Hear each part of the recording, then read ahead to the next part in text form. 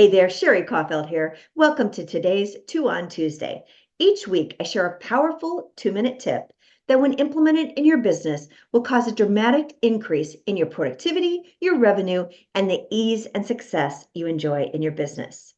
Today, I'm going to continue the series that I'm starting in these Two on Tuesdays around my decision to travel pretty much full time and take my business with me. And I want to share today the answer to a question that's probably the number one question that I get when I tell people that I'm traveling 8 to 9 months plus a year and taking my business with me, and that I'm traveling alone because I travel all over the world single, solo, by myself, and I love it. So the question that I get, can you guess what it might be? You might be thinking about what it could be. Well, here's the question that I get all almost everybody asks me this the first thing. Don't you get lonely? No, not at all. Because here's the deal. When I travel, one of the reasons why I love it is experiencing the cultures, experiencing the people, getting to know how people live wherever I'm at.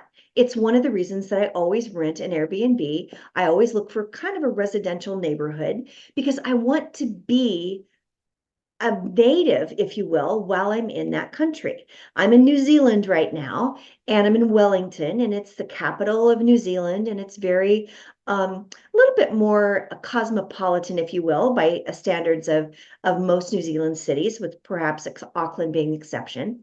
And I love it. I meet people every day.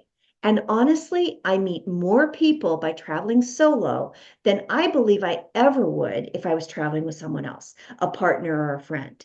And I do have friends that will meet me a lot of times when I am traveling. Typically, I stay a month each place that I go. I'm in here in Wellington for almost a month. And oftentimes I will have a friend that might visit me for a week of that month. When I'm with that friend for that week, I'm not having the experiences that I have when I'm here alone. Now, I love that time too, so I want to do both. But as far as being lonely, no. Since I've been here in Wellington, I met a couple on a tour that I went on the other day, and we ended up having dinner together after we got back from the tour. They happened to be from Melbourne, and Melbourne is still on my list to visit. So I got to hear all about Melbourne and where I should go when I'm there. They told me about Perth, and I really need to go to Perth.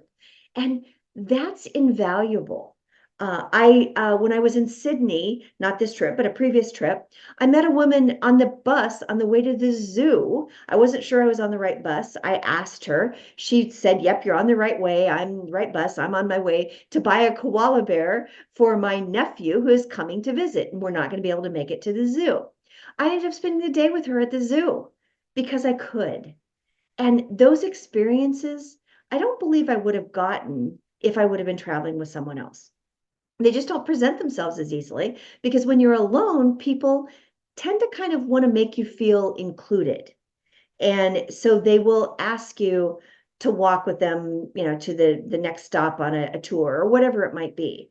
And that doesn't necessarily happen when you're traveling with someone else. So I have my work, I have my friends and family who I talk to every day in the States, and I have the new people, the new experiences that I'm creating here, some of which will become lifelong friends. I still communicate with the family whose house I rented in 2020 when I was in Christchurch, New Zealand, and COVID hit. I still communicate with them via email every once in a while. That is an experience of a lifetime. And it's one of the reasons why I'm choosing to live my bucket list now and take my business with me through travel. That's it for this week's Two on Tuesday. I'll see you next week.